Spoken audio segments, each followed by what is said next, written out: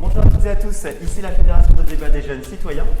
Nous sommes en reportage, je suis François, puis Leslie, salut Leslie. Salut tout le monde.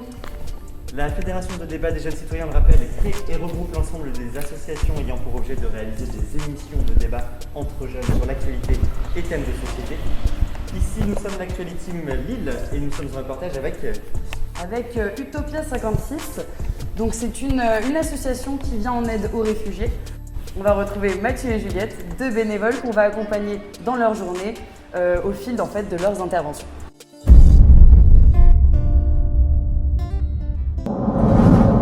Alors je suis à l'église de la Réconciliation avec l'association Graines en Vie et Utopia 56 avec Mathieu. Salut Mathieu. Salut François.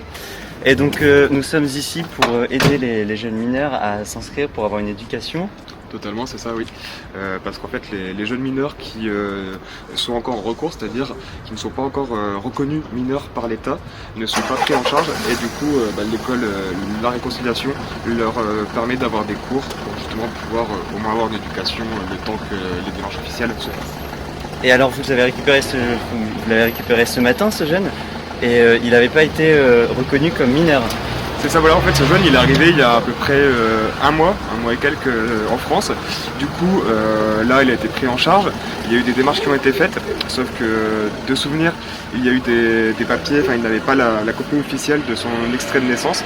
Donc du coup, il n'avait pas le papier officiel de son extrait de naissance, il n'avait qu'une copie et donc l'État ne pouvait pas le reconnaître mineur. Donc il a été placé en foyer le temps que les démarches se fassent et le foyer l'a expulsé hier, vu que sa demande de minorité n'a pas été prise en charge. Et donc vous dans ces cas-là, c'est vous qui allez l'accompagner pour aller à l'école et c'est vous qui faites toutes les démarches administratives? On fait pas toutes les démarches administratives, mais on va déjà s'occuper de tout ce qui est l'urgence. Donc l'urgence souvent ça va être de les nourrir, parce que des fois ils n'ont pas à manger. Et une autre urgence ça va être de leur trouver un toit. Donc on a un réseau de ce qu'on appelle d'hébergeurs solidaires. C'est des personnes, des citoyens, je dirais lambda on va dire, même si ils sont super, qui justement sont d'accord pour prêter un lit dans leur maison, etc. Et pour accueillir des jeunes, que ce soit une nuit, 2 nuits, 3 nuits, voire plus. Et du coup ça permet de les... qu'ils ne soient pas dans la rue le temps que l'État fasse les démarches, le temps que les démarches se fassent au niveau de l'État. Ok, on entre, on y va alors. Allez.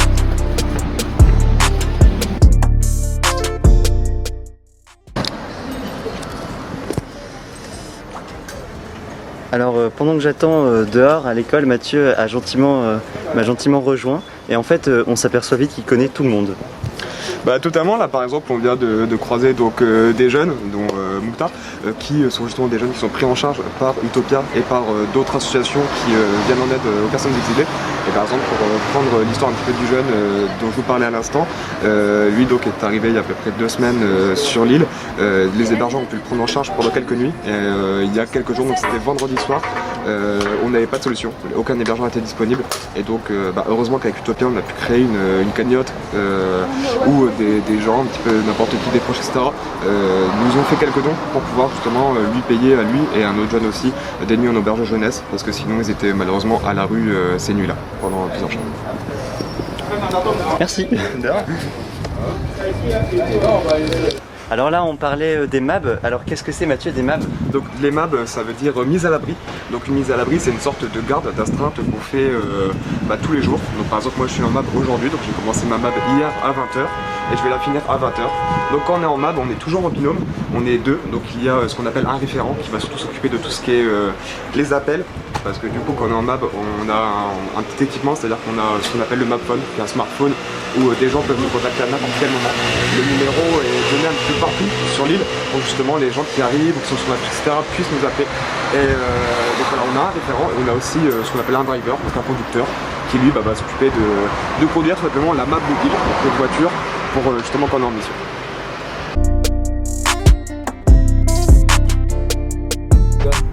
Et tu viens d'où? Je viens de la Guinée-Conakry. D'accord. Et alors comment tu t'es retrouvé ici à Lille? Oui, moi, c'est avec mes amis. Ouais. C'est des amis marocains que j'ai rencontrés depuis en Espagne. C'est avec eux que je suis venu jusqu'à Lille ici.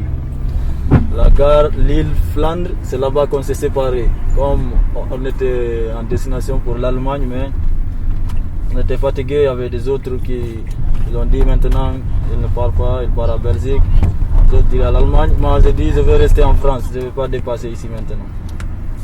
C'est comme ça que je me suis retrouvé ici, à Lille. D'accord. Et comment tu as rencontré Utopia 56? Utopia 56, et je l'ai rencontré ça depuis lorsqu'ils nous ont été là-bas. J'ai suivi il y avait des gens, comment on les appelle, Turcs.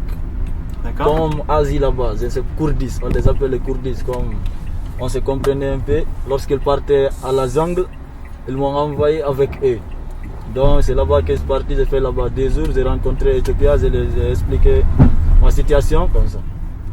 Ok, et donc c'est au cours d'une map que vous avez rencontré, que vous l'avez rencontré. C'était ce matin. C'était ce C'est matin, ce matin. totalement. On nous a appelés. D'accord. Et donc là, où va-t-on? Bah là, on va retourner au local, écoute. Et on va s'organiser un peu pour cet après-midi et organiser pour demain aussi, pour que ce soit plus simple pour la map de demain. Du coup, on va organiser tous les rendez-vous qu'ils ont et tout ça. Voilà. Ok, et attendre le prochain appel d'urgence alors. Voilà. Ça marche. T'inquiète pas. Si vous avez l'opportunité, vous allez m'aider Ah encore. oui, bien sûr, bien sûr. Non, Voilà. on va t'amener. Si vous n'avez pas, je vais essayer. Non, t'inquiète, t'inquiète. Voilà. Normalement, on va Non.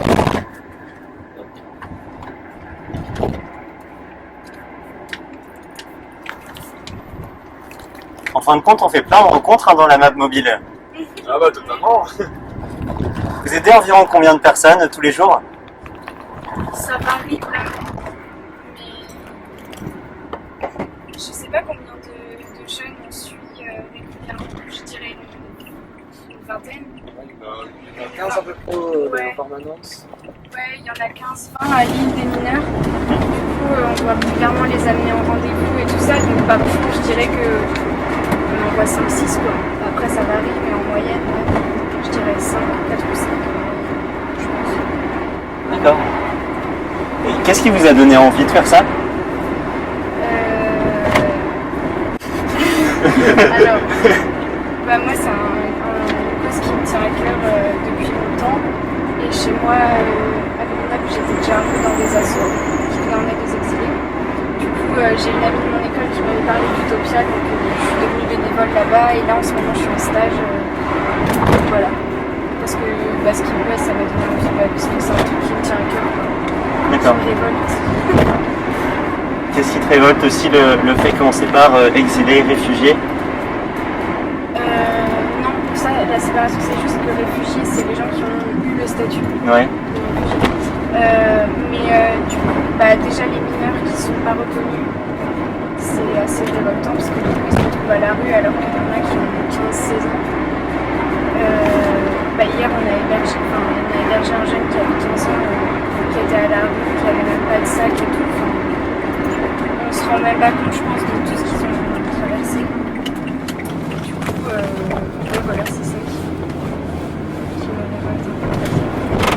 Et le fait que les assos elles n'ont pas de moyens aussi. Enfin, l'État il n'aide pas du tout là-dessus. Quoi. Par exemple, il y a une politique à Utopia, ça va être justement, on a très très peu de tentes et du coup, il y a des choix qui ont été faits lors de réunions. Et du coup, les tentes qu'on a actuellement, on a je sais pas, une vingtaine de tentes en stock, on va les distribuer que à des mineurs. Si on n'a pas de moyen de les héberger et qu'ils sont à la rue, du coup, on va leur donner une tente. Mais si c'est des majeurs, par contre, on va pas leur donner de tente, justement parce qu'on n'a pas les moyens pour en donner à tout le monde et qu'il faut à un moment faire un choix. Nous sommes au local d'Utopia 56, hop, j'allume ma caméra. Je suis avec Mathieu et donc il va nous présenter la map mobile. Voici la femme mobile, bon, elle est un petit peu vécue, mais bon, elle est là, très présente. Et un petit peu la particularité de cette voiture, c'est qu'on est équipé en fait. Alors là, on a été un petit peu d'intervention hier, donc on a pas eu le temps de ranger. On a un petit peu tout pour aider des gens, que ce soit de la nourriture qu'on peut donner en urgence, avec du dentifrice, des pansements, etc. Tout ce qui est pour l'hygiène. On a aussi des duvets, au cas où, parce qu'on peut en donner à des gens qui vont dormir dans la rue, des matelas de sol, des tentes, parce qu'on va les voir, voilà, c'est par là par exemple, plein de tentes, petit matériel pour distribuer aux gens qui sont dans le besoin à ce moment-là. Ok. Et donc vous rechargez à peu près combien de fois par semaine? Ça va dépendre en fait. Souvent, dès qu'on va utiliser quelque chose, on va essayer de repasser au local et du coup recharger, remettre ce qu'on a pris pour que la voiture soit toujours équipée et que des fois on perd pas trop de temps, surtout la nuit quand des personnes sont vraiment en grand besoin, surtout l'hiver. Donc là on a de la chance, on a 2 minutes de pause, donc on peut aller voir le local. Ouais, totalement. On y va?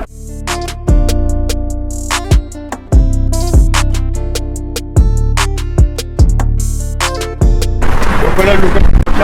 Comme je te disais tout à l'heure, il est beaucoup trop petit pour tout ce qu'on a. Donc actuellement on a une transport de la nouveau local.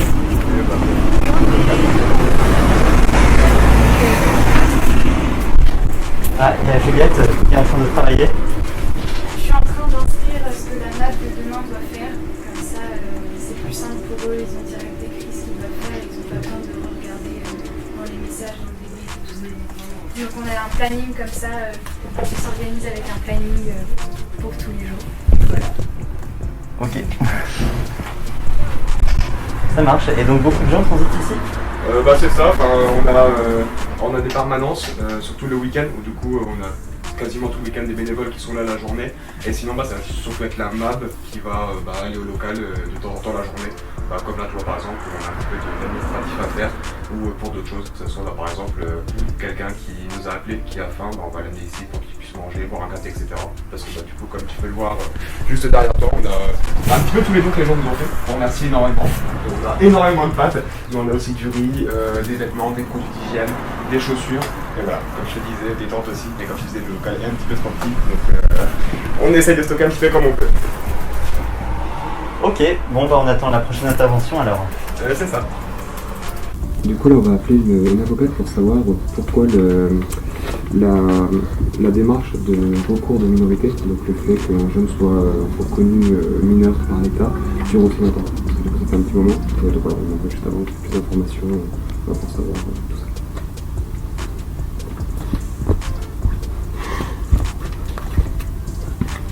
Elle m'a pas répondu, ça va cliquer.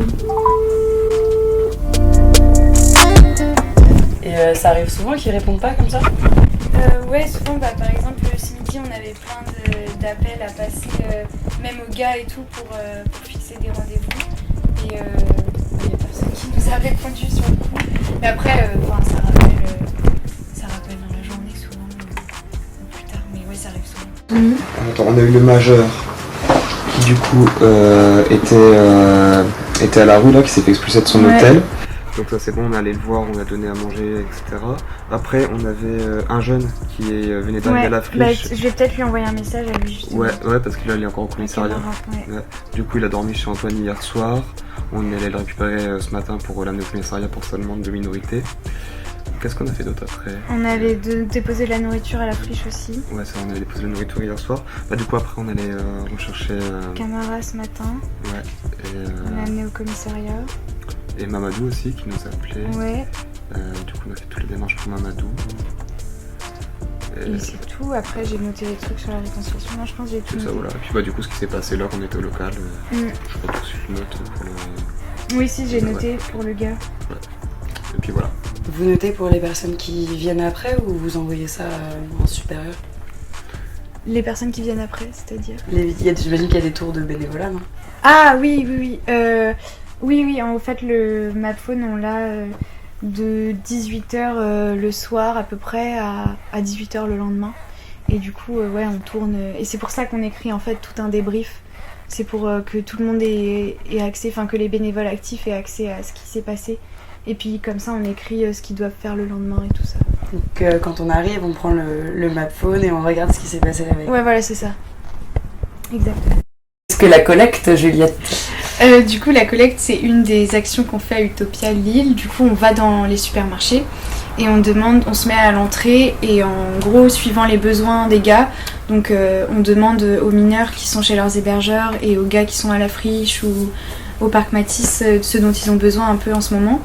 Et du coup, on note les besoins et dans les supermarchés, à l'entrée, on demande aux gens est-ce que vous pouvez acheter un pack d'eau, un shampoing, un truc comme ça, suivant les besoins.